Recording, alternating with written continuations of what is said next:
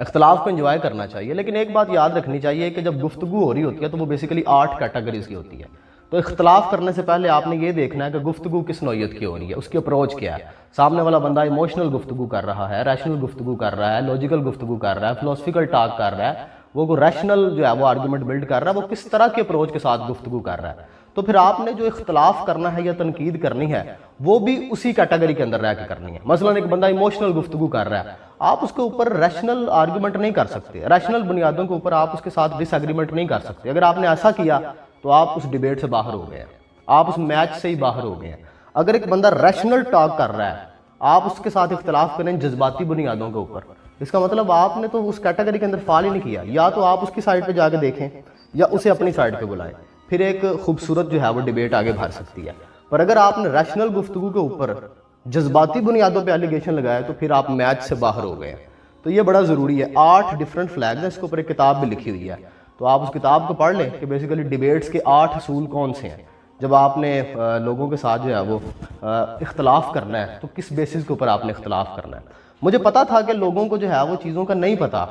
میں نے کہا تھا لاسٹ ویڈیو بنائی نا، تو میں نے کہا کہ میں نے ایک واقعہ معراج کے اوپر ایک ویڈیو بنائی، اگر آپ دیکھنا چاہیں تو آپ دیکھ سکتے ہیں.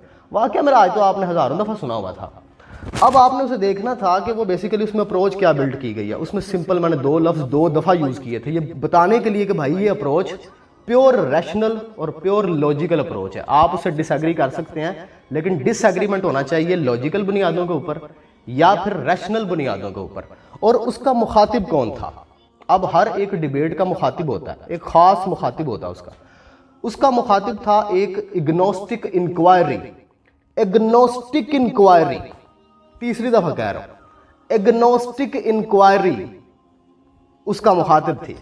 اگنوسٹک انکوائری کے جواب میں آپ ہمیشہ ریشنل ٹاک کرتے ہیں یا پھر لاجیکل ٹاک کرتے ہیں. اس میں لٹریچر کیا لینے آ گیا، اس میں ایموشنز کیا لینے آ گئے. جب آپ نے اس پہ اختلاف کرنا تھا تو آپ نے اختلاف کرنا تھا یا تو ریشنل یا پھر لاجیکل، کیونکہ لوگ وہاں موجود تھے اگنوسٹکس والے. وہاں نے جب لوگوں نے آپ کی وہ اختلاف پڑھے تو وہ لوگ ہنسے ہوں گے ضروری کہ دیکھو ڈیبیٹ کس طرح کی ہو رہی ہے، نیچے اختلاف کرنے والے کیسے لوگ آ گئے. میں دل نہیں توڑنا چاہتا اپنے مذہبی دوستوں کا. جب آپ کا میچ پڑے گا نا، کبھی اللہ نہ کرے تھوڑا میچ پوے، تھوڑی نسلاں نہ پہ آ ہی جانا ہے. اگر کبھی آپ کا میچ پڑ گیا نا ایگنوسٹکس کے ساتھ، ایتھیزم کے ساتھ، ملحدوں کے ساتھ، آپ کو لگ پتے جائیں گے کہ آپ کو وہاں پہ بات نہیں کرنی آنی کہ ہم نے ان کے ساتھ بات کیا کرنی ہے. نہ تو وہ کسی لٹریچر کو مانتے ہیں، نہ ہی کسی لٹریچر آرگومنٹ کو مانتے ہیں، نہ ہی وہ کسی ایموشنل آرگومنٹ کو مانتے ہیں. وہاں پہ بات ہی یا ریشنل ہوگی یا لاجیکل ہوگی. آپ نے انہیں فیکٹس اینڈ فگرز کے اوپر جو ہے وہ کیری کرنا ہوتا ہے اور ان کے ساتھ ڈیل کرنا ہوتا ہے. تو چیزوں کی نوعیت کو سمجھنا بڑا ضروری. خیر، لوگوں نے تنقید کی، تنقید تو کرنا خیر تھا. میں نے اس لیے کہا تھا یوٹیوب پہ پٹ کیا، مجھے پتا تھا کہ ٹک ٹاک پہ یہ اڑ جانی ہے.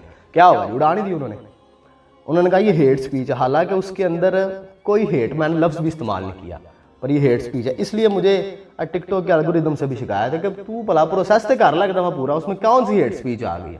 انہوں نے کہا یہ اور ویڈیو اس میں ہیٹ سپیچ ہے، اڑا دیا. چلو جی، اور ایک اور وارننگ آ گئی.